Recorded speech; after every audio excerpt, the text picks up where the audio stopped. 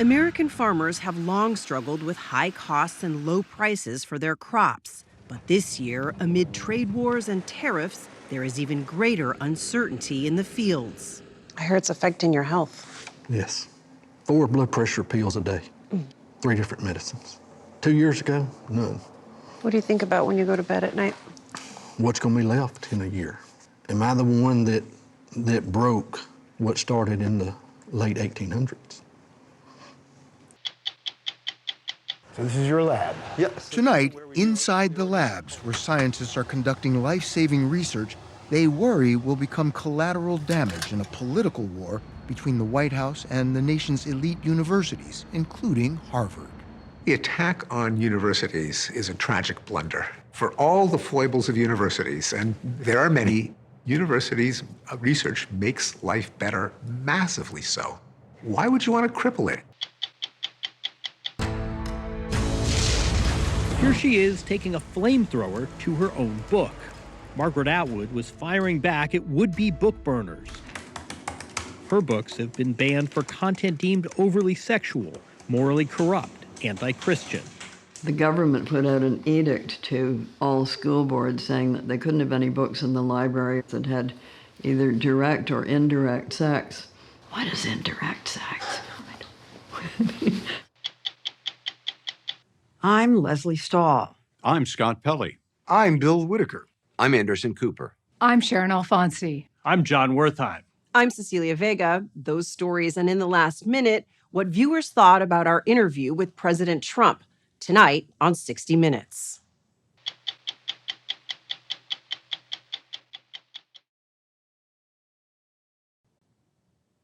American farmers have long struggled with high costs and low prices for their crops. But this year, there is even greater uncertainty in the fields. China stopped buying all U.S. soybeans in May, retaliation for President Trump's tariffs. Many American farmers were left without their largest export market. President Trump and China's President Xi Jinping came to a temporary truce, but farmers told us that whatever happens next with tariffs, the problems on their farms continue to run deep. We went to rural Tennessee and Missouri and met soybean and cotton farmers who told us they fear they could be the generation to lose the family farm. Welcome to the 170th Annual West Tennessee State Fair in Henderson, Tennessee. Since 1855, the West Tennessee State Fair has been the place where farmers from across the state come to show off their prized livestock and crops. It's where we met Jeffrey Daniels and Franklin Carmack. Friends since high school, they grow cotton, soybeans, and corn on their family farms. As far back as I've been able to trace, my great-granddaddy's daddy was a sharecropper, and then just got passed down through the generations. I guess you could say you've got farming in your blood. Yes. Yes, ma'am. And it's got to be in your blood nowadays to keep doing it. Both of us are fifth-generation farmers. Instead of showing crops at the fair this year like other farmers, they are selling T-shirts made from the cotton they grow to offset their losses in the fields. They sold about 250 shirts. At $35 a piece, it was hardly enough. This year combined, they expect to lose nearly $800,000, leaving them in the red like many farmers across the country. Major row crops, including corn, soybeans, cotton, and wheat, have not been profitable since at least 2022. You know, we're selling our commodities at the same price that we were selling them for and that our grandparents were selling them for in the 70s. So, you know, if you think about that, what can you go buy today that costs the same as it did in the 70s? Nothing. Nothing. Times are especially tough now because of what are called input costs, everything a farmer needs to pull income from the ground, such as seed, equipment parts, and fertilizer. Those costs have increased by more than 30% in the last 5 years, in part due to inflation and rising interest rates. The morale in the farming industry, not just farmers, is the lowest I've ever seen it. Everybody's on edge. In the first 6 months of 2025, There were 57% more farm bankruptcies than the same period last year. Daniels and Carmack say tariffs have made this year even harder. Every time we go buy something now, the tariffs, what I've seen, the tariffs pass down to the consumer. So if you have to go buy a new sprayer, like the one behind you, Anything that comes from China that's on that sprayer, there's a tariff, and they're just going to pass it directly to us. so the tariffs are hitting you more on the purchasing end than they are on the crop sales end. China primarily uses soybeans to feed its massive livestock industry, grinding the beans into powder for feed. Soybeans have long been the largest U.S. export crop, worth nearly $25 billion last year, until sales ground to a halt this past May. This weighs around 5,000 pounds. Wow. But It's not just the soybean market. Cotton farmers have struggled with dwindling prices and decreased global demand as clothing manufacturers use more synthetic fabrics. Daniels and Carmack have had to take on second and third jobs, not just selling T-shirts, but driving trucks and repairing boats when they are not in their fields. You've said you have almost no equity left. It's getting down, it's getting low.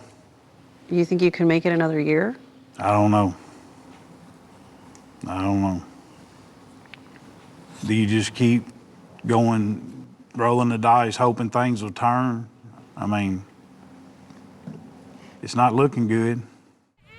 President Trump has promised a new bailout for American farmers, as much as $13 billion that he said would be paid for by the tariffs. We're going to take some of that tariff money that we made, we're going to give it to our farmers, who are, for a little while, going to be hurt until it kicks in. The tariffs kick into their benefit.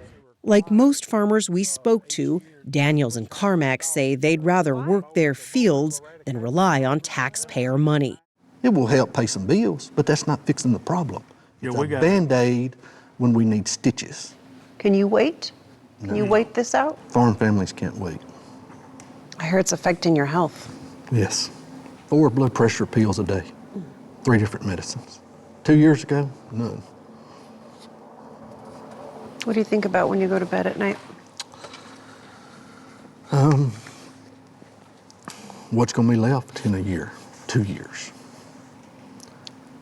Am I the one that broke what started in the late 1800s? Nearly all U.S. farms are family-owned, and farmers told us one of the greatest pressures they face today is maintaining that legacy, keeping their farms in the family in the face of mounting debts. We were surprised by how often our conversations turn to the issue of farmers taking their own lives, something that has plagued farming communities for generations. But farmers we spoke to told us concerns for their neighbors rise when crop sales drop.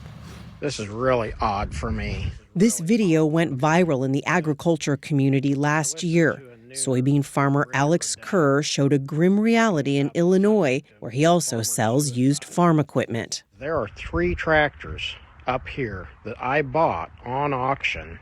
I'm not going to tell you which ones, but they came off of suicide. The reason that the farmers are no longer there, the reason I've got the tractors. The suicide rate among agriculture workers is 3 times higher than the general working population, according to the CDC's most recent data in 2021. Our reporting shows that many rural mental health groups are now seeing increased crisis calls to their hotlines. Do you feel like something's different right now? I do, and to put my finger on it, it's really hard, but I know the numbers are going up. I know more people are affected. I know the prices of everything get higher and higher, and the stresses are added to it. Jolie Foreman runs Shelby County Cares, a nonprofit focused on the high number of suicides among farmers. The organization is named after her eastern Missouri county, where there are no stoplights and 1 therapist for 6,000 people. When you first started, you were seeing how many people take their own lives? So back in 22, if you calculated it out, it was averaging out to about a life every 3 months. And it was like, this has to stop. Though it's difficult to know how many lives have been saved, Foreman believes her program is working. Shelby County had the highest rate of suicide per capita in the state of Missouri. Wow. Suicide is so hard. We cannot really determine our success. We only can calculate the losses. But we do know that the numbers here had started to trend down. But in neighboring Macon County, Missouri, just a few miles away, there were 2 confirmed farm suicides this year. Research shows that for every suicide, 130 people are affected. Are you worried you could see an increase Yes. because of the situation? Yeah. And just knowing that the counties around us have had increased, deaths by suicide, that's, I think, why the communities came together so well. Shelby County Cares connects farmers with therapists either in person or remotely. Foreman said walk-ins and calls to her office have increased since the beginning of the year. She's learned the best way to get farmers who are traditionally stoic and fiercely independent to talk is through their wives and their stomachs. Today we're gonna make taco soup and crock-pot ranch pork chops and pulled barbecue chicken. Her weigh-in is a regular gathering of farmers' wives and friends, where we met as they prepared meal kits. How many of you have been touched by suicide in your lives or your communities? Almost everybody at this table. They isolate, they bottle things up. They think they need to solve their own problems, and they're afraid to reach out and they're afraid to lean on people. So they may feel that there's no other way or that somebody's going to be better off without them. It's very much this perception of you have to be strong, you have to be tough. The weight of the world is ultimately on your shoulders. Do you know farmers personally who have taken their own lives? I do. In my own family, we've definitely had tragedy and have lost some very, important people in our own family. Come on, girl. Since the 1970s, Jolie's father-in-law, Brent Foreman, has lost 3 relatives, all farmers, to suicide. 2 neighbors of the family farm also recently took their own lives. I've always had a fear for my kids and now my grandkids that we sure don't want history to repeat itself. No matter how bad things get, things always have a way of working out. They'll always get better. Brent and his son Gerald grow more than 1,000 acres of soybeans and 650 acres of corn on a farm they manage themselves. They also raise more than 200 head of cattle, which means they are not reliant on soybeans as their sole source of income and can afford to wait for details on President Trump's new trade deal. I have a lot of faith in him and a lot of trust in him, and I think he's trying to make us the best deal he can for the whole country, but for the American farmer for the long term. Nearly 80% of voters in what are called farming-dependent counties voted for President Trump in the last election. I feel like a lot of American farmers, cattle people, a lot of people probably feel let down currently. Now, maybe there's a method to the madness, that's still to be seen. Many are now taking their frustrations directly to Republican lawmakers at town halls across the country. I'm about ready to lose my farm. I am pissed, and I'm pissed at you. This fall, the White House promised a $40 billion bailout of Argentina and its president, Javier Milei, President Trump's political ally. Argentina also grows soybeans and is considered a competitor. During the trade war, China had purchased soybeans from Argentina instead of buying them from the U.S. The bailout enraged many American farmers who felt betrayed. President Trump said Argentina has got no money, they have no anything, they're fighting so hard to survive. Come to the farm. Come walk in my shoes. What would you show the president if he took you up on your offer to come and see the farm? I'd show him the daily life that I do, from cleaning equipment, running equipment, dispatching trucks, and then I'd hand him a stack of bills. And then I would show him the receipts, what I'm getting from my crop, and he's a smart man. I'm not gonna take that away from him. And it won't take him to 5 minutes to say, this isn't gonna work.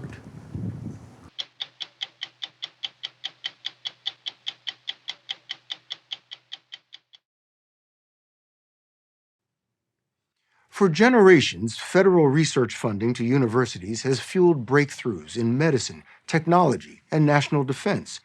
Now, the White House is using that support as leverage, pressuring a dozen elite universities to align with President Trump's political agenda or risk losing funding.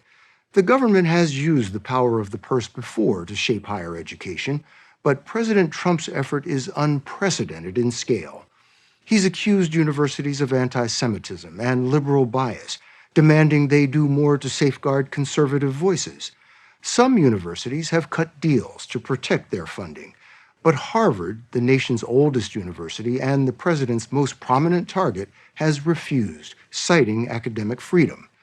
The threat has disrupted hundreds of Harvard research labs, forcing scientists to halt projects, lose staff, and fear their work is becoming collateral damage in a political fight that could jeopardize the future of American discovery itself. If you were talking to the American public, what would your research do for them? My research has the potential to prevent their daughters and their wives and their cousins from developing breast cancer. And I don't think any taxpayer would want to interfere with progress on a project like that.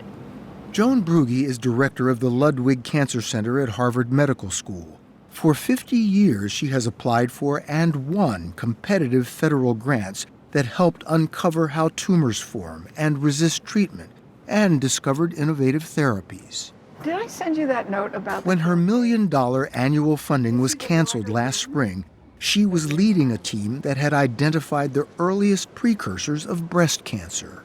The ultimate goal is to find a treatment that will eliminate those cells that carry the mutations. And in effect, prevent the cancer. Yes, prevent the cancer. Last spring, you got an email. What did it say? It listed 2 grants from the National Institute of Health and said that they were terminated. Terminated. Terminated. What went through your mind?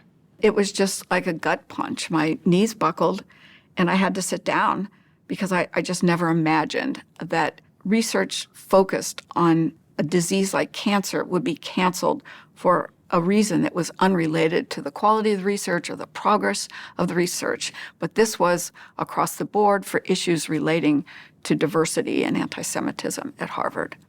Accusations of anti-Semitism at Harvard stem from student protests over the Gaza war that often were hostile to Israel.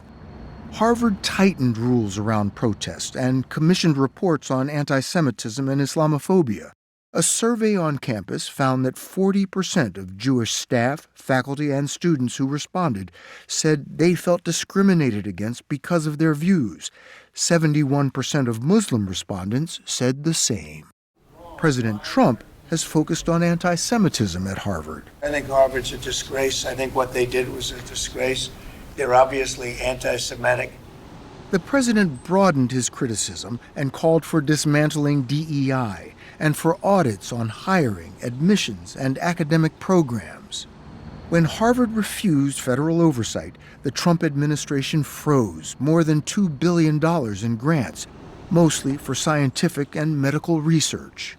So has your progress been stalled? So our progress has been significantly affected. Now, I'm spending most of my time ringing doorbells to find alternate funding so that we can keep the lab going. This past April, Harvard sued the government to regain its funding. And in September, a federal judge sided with Harvard and ruled the funding freeze unlawful, saying the Trump administration used anti-Semitism as a smokescreen for a targeted, ideologically motivated assault and ordered all the money restored.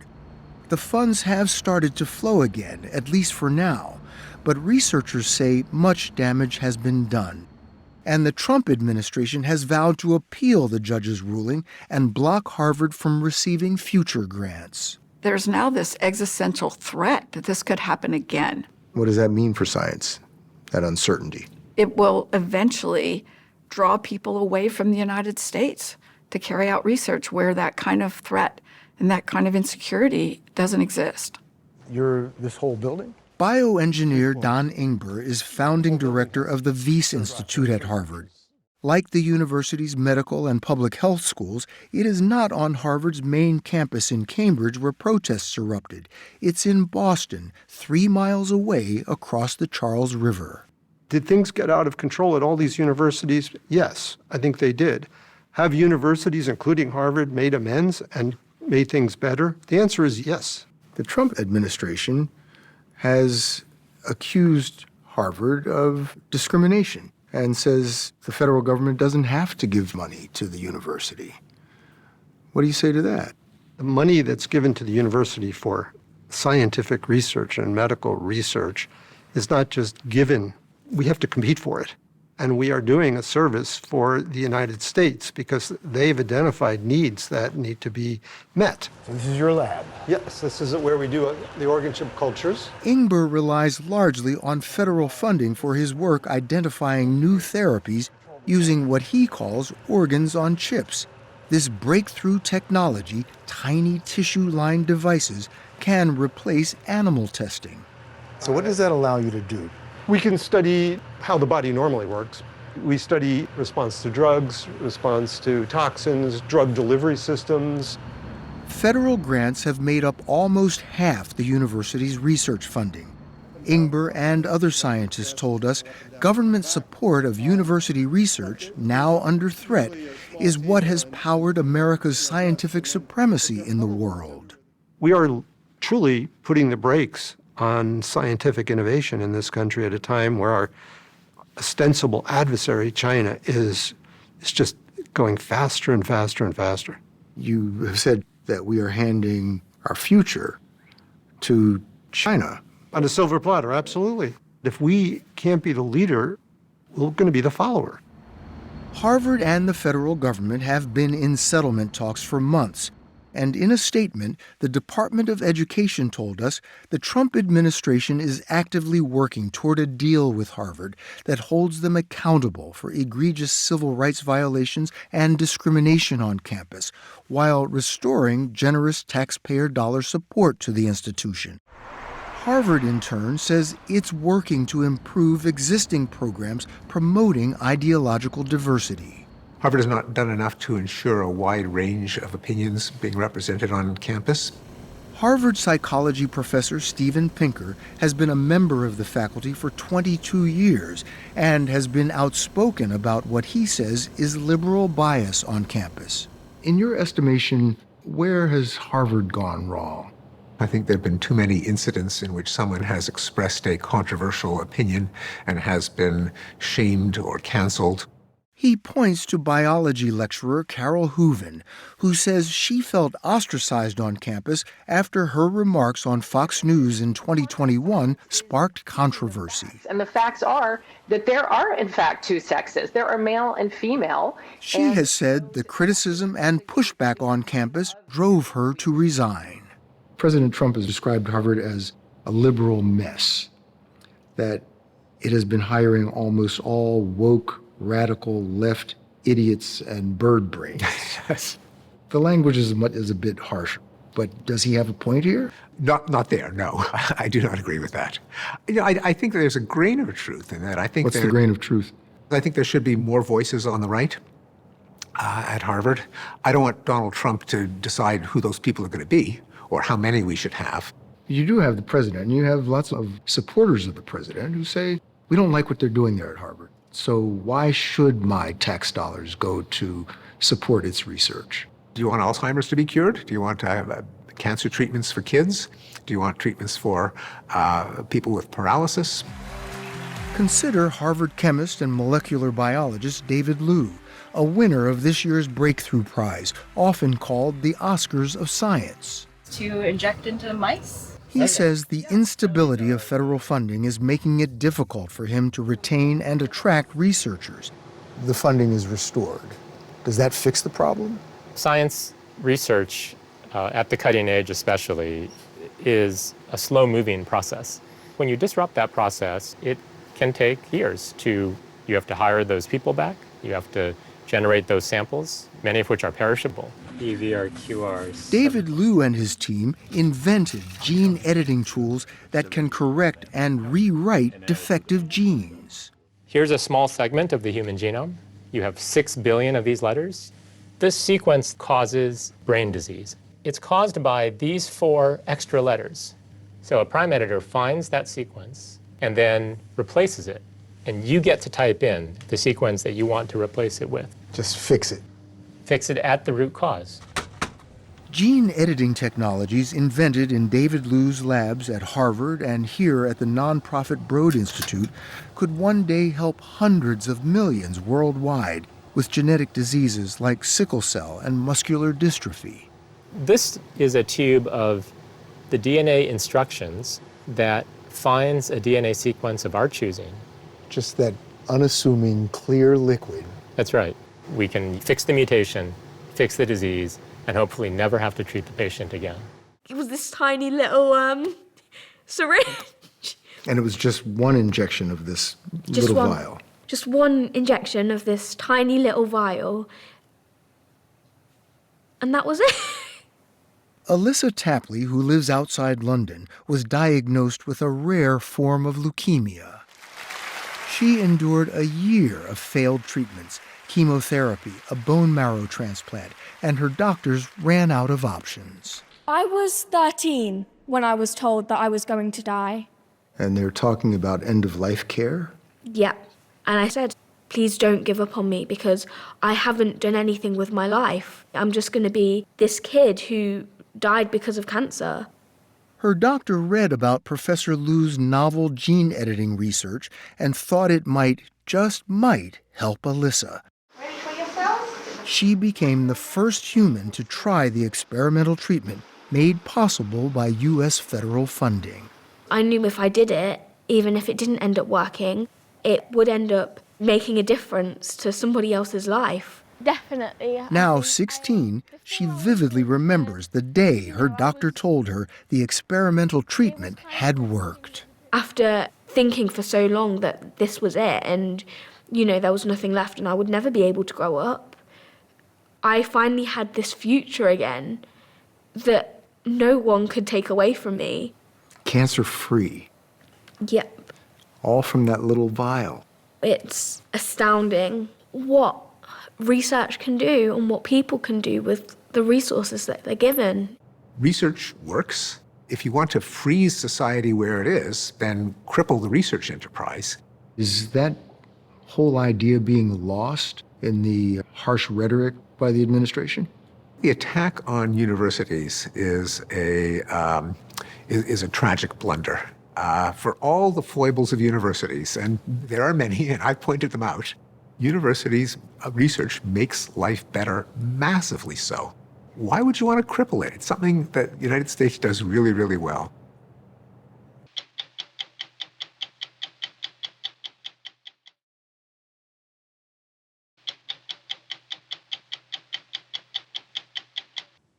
You're an 85-year-old titan of literature, have been for a half-century now. You're Canada's best-known author, 64 books and counting. And increasingly, you find your work on lists of banned books, scrubbed from 135 American school districts. Yes, that includes your breakthrough work, the dystopian novel The Handmaid's Tale, but you've also been censored for work like The Testaments and The Blind Assassin, both of which won the Booker Prize, the top award for English language fiction. What to do? Sure, you take to the keyboard and write sternly worded opinion pieces, but if you're the indomitable Margaret Atwood, you don't stop there. Here she is taking a flamethrower to her own book. Atwood was firing back at would-be book burners by torching an unburnable edition. It was all promotion for a charity auction to benefit PEN America, a nonprofit that champions free speech. Atwood's books have been banned for content deemed overly sexual, morally corrupt, anti-Christian. She told us she was particularly peeved when a recent ban came from Edmonton, Alberta, in her own country. The government put out an edict to all school boards saying that they couldn't have any books in the library that had either direct or indirect sex. What is indirect sex? You had any indirect sex lately? Second wave feminism here. Atwood speaks as she writes, with a mix of wisdom and deadpan wit. Last month, she invited us into her Toronto home. Do you know offhand how many languages your books have been translated in? Well, we say over 50 for everything. How old are you? Over 50? How many books have you written? Over 50? How many awards have you won? Over 50. I thought so. Hunter's Eye. Hunter's Eye. Published in 1985, The Handmaid's Tale depicts a near-future America overtaken by religious dictatorship, where a dwindling number of fertile women are forced to cloak themselves in red and bear children for the elite. Give me children, or else I die. The book would sell more than 10 million copies and spawn an Emmy-winning Hulu series. Beyond that, its scarlet costume would become a uniform of real-life protest and resistance. Shame! Shame! Handmaid's Tale is your magnum opus. You think? Your Great Gatsby. How are you with that? Well, I would question the premise. You would? Yeah, it's not due to me or the excellence of the book. It's partly the twists and turns of history.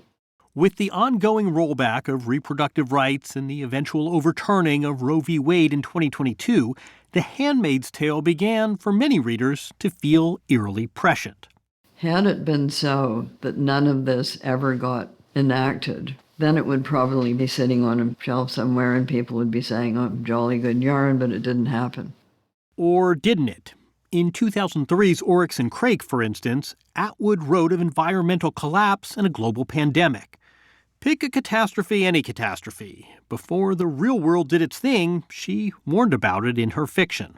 It wasn't, this is going to happen without a doubt. This could happen. This might happen, so you should be on the watch for it. What is your relationship with this idea that you're the prophet of doom, this Cassandra, the forecaster of dystopia? I think I'm very positive. I didn't kill everybody off at the end. Some people do. These are rare books, so a lot of them are pretty obscure. If Atwood can see around corners, it's because her visions have historical precedent. They come rooted in actual events. At the Thomas Fisher Rare Book Library in Toronto, Atwood has archived stacks of her research. That is the hundreds of news clippings that substantiate her plots. So this is folder upon folder of your research for Handmaid's Tale. Oh, yeah, lots of it. She writes by a strict rule. If it didn't happen somewhere at some time, it doesn't make it into the pages of her fiction. Women forced to have babies. Mm-hmm. Communists are making women have babies. Persistent non-pregnancy will be considered a crime against the state. It's not all doom and gloom. Atwood showed us the cover she designed for her first volume of poetry. She writes short stories and children's books. For her new book, a new genre. Her memoir, Book of Lives, published this past week, takes the full sweep of her life, starting with a free-range childhood spent in the deep wilderness of Quebec. She was homeschooled until the age of 12, while her father did field work on insects as an entomologist. You wrote some families stop for ice cream on the side of the road. You stopped for infestations. We stopped for infestations. So what was that like? You screeched to a halt. Father would get out of the car with his tarpaulin and his axe, and he would go to the infestation. He would spread the tarp out under the tree and hit the trunk with an axe, and then the things would fall out, and he would collect them. And you're in the back seat thinking what? Oh, no, we were usually out of the car watching him do it. What did you learn watching him go to work? I think probably growing up with the biologists makes you quite particular about details, because you're not saying, that's a butterfly. You're saying, what kind of butterfly? You're not saying, that's a tree. You usually know what kind of tree. That's what draws people to reading. Intent on spinning details into prose and becoming a writer, Atwood enrolled at Victoria College at the University of Toronto. Well, poetry was the big form in Canada in the 60s. A young poet, she hit the reading circuit and performed in student plays and reviews here at Hart House, one of Canada's oldest theaters. No, I'm not. I'm just a show-off. And when Margaret Atwood wants to show off, you surrender the stage. You have to stand over there. Hold my purse. Ready? Here's not just any curtsy, but she informed us the 17th century Jacobean court curtsy she learned for a college production. We told you she's a stickler for detail. How do I respond to that? Oh, you bow. Oh. Thank you. You remember that? Why are you so surprised that I remember things? Before we left the theater, Atwood showed us another party trick. I'm not getting vibes, okay? You're not getting vibes from me? No. Okay. We're doing the classic Renaissance hand reading. Yes, she reads palms, another mode for investigation. People might think that you're just a very reasonable, sort of rational person, but in fact, you have this other, this intuition. So some people stop there, they're very logical, and that's it. You are not one of those people. And we can see that you will never be a murderous dictator, for which we are pleased. I got that going for me. Back to our protagonist, when she graduated in 1961, Canadian writers were encouraged to pursue careers outside the country. Give us a sense of the Canadian lit scene when you were in college. What Canadian lit scene? Still, Atwood stayed and helped found the country's now thriving literary institutions. Along the way, she met another writer, the late Graham Gibson, who would become her longtime partner. So quintessentially Canadian, their courtship peaked with a canoe trip. We were both the kinds of people that if the canoe trip hadn't worked out, that would have been it. Good barometer for a relationship. Yeah, if you can deal with the canoe trip, you can probably deal with lots of other things, too. And they did. Gibson came to the relationship with some baggage. A, quote, undivorced wife and 2 kids. In her memoir, Atwood confronts the complications of the blended family. Could I ask you to read a bit for us? Yes. There are several letters in this book from me to my inner advice columnist. Everybody has one. Dear inner advice columnist, sorry to bother you. Atwood uses the columnist device to confess that though she and Graham have a daughter of their own, she wants more children. We are back at the farm after Scotland, and I've brought up the subject of a second child. I would like one, but Graham has said that a total of 3 is enough for him. I feel deprived, resentful, and disrespected. If that sounds harsh, listen to the columnist's response, the advice she gave herself. Oh, for heaven's sakes, count your blessings. Some people don't know when they're well off. Many would give the shirt off their back to have your luck in men. Suck it up. Cherish your child. Get another cat. Your inner advice columnist. You can see he's rather severe. That's very get over yourself advice you gave yourself. Very get over yourself advice, but Canadians are pretty get over yourself people. The Handmaid's Tale! Humility aside, Canada's leading literary figure has become something of a cult figure and a leading voice on all things Canadian. We asked her about the recent chill between her country and the United States as President Trump raises tariffs and threatens to turn our northern neighbors into a 51st state. Atwood says the Canadian response is best summed up by one phrase. It's a hockey thing, and it was this character called Gordie Howe, who is a very revered hockey player. And elbows up is when somebody gets you into the corner and you block them by putting your elbow up. And it means, don't mess with me. And for those who speak of the 51st state, I do point out that it wouldn't be just one state. What do you mean? It's very big. You can't make the whole thing just one state. And anyway, Quebec would never stand for it. You think you're going to make them part of a unilingual big entity? Think again. Atwood is a student of government, power, and the overreaches of both. She wrote much of The Handmaid's Tale on a rented typewriter in 1984 West Berlin. She recalls hearing sonic booms from the other side of the wall. In her ventures to the Eastern Bloc, she witnessed policing, paranoia, and the absence of freedom. In her memoir, too, she addresses the erosion of democracy. You say the overriding ordinary civil liberties is one of the signposts on the road to dictatorship. Do you see the U.S. on that road right now? I don't think I would be wrong if I said it's concerning. There are certain things that totalitarian coups always do. Like what? One of them is trying to get control of the media. But the other thing is making the judicial arm part of the executive. In other words, judges just do what the chief guide tells them to. If you're saying the signposts, the signifiers of totalitarian society are... There's some warning lights flashing for sure. Amid the warning lights, a series based on the Testaments, her sequel to The Handmaid's Tale, will begin streaming on Hulu next year. But just when you think you can predict on which side of the political divide Atwood falls, she confounds by saying something like this. Just for the record, I've always been attacked more from the left than I have from the right. Why's that? Well, I think the right thinks I'm irrelevant. And the left thinks that I should have been preaching their sermon, whatever it may happen to be, and that I am therefore a traitor for not having done that which they themselves would do. And what's your response to that? It's unprintable. It involves a finger. Do I see a little blush? Do I see a little bit of a blush? She may turn us red. She did not turn us to stone. I'm paraphrasing here, but in your memoir, you say you sometimes cut this Medusa-like figure with a Medusa-like stare with interviewers. I feel like we're doing okay. The earlier me. Yeah. The earlier me. Now I'm a nice old lady, so you don't have to be worried. Why the pivot? I got older.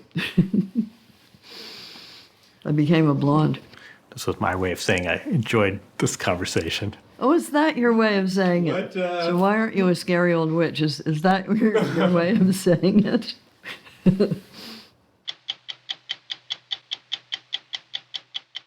What inspired the signature red cloaks from The Handmaid's Tale? Yes, well, if you have a cult, you have to have outfits. At 60minutesovertime.com.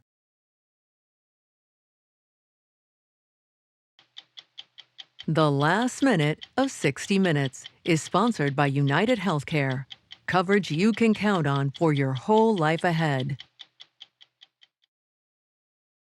In the mail, we received hundreds of notes about our interview with President Trump. The country may be politically divided, but the criticism we got from viewers was bipartisan. Instead of interviewing him, it appeared as an attack. You should have more respect than what you showed. Others complained we were too deferential to the president. You wanted to show Trump in the best possible light. There were no hard questions, no meaningful pushback. And there was this. Donald Trump gets lots and lots of time on TV as president. He has power, and so do I. When I saw that he was being interviewed on last Sunday's show, I used my power and turned it off immediately. I'm Cecilia Vega. We'll be back next week with another edition of 60 Minutes.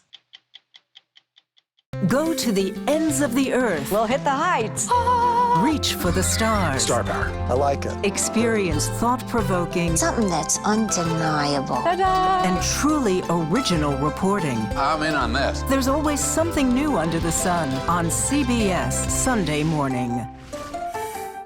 No matter how you start your day, one thing is very clear. CBS Mornings is the best way to start your day. Could this change the way that we think about vaccines? Rent at an affordable level and invest. Initiatives aimed at making infant formulas safer. I love when we provide information like this to new parents. CBS Mornings. Weekdays at 7.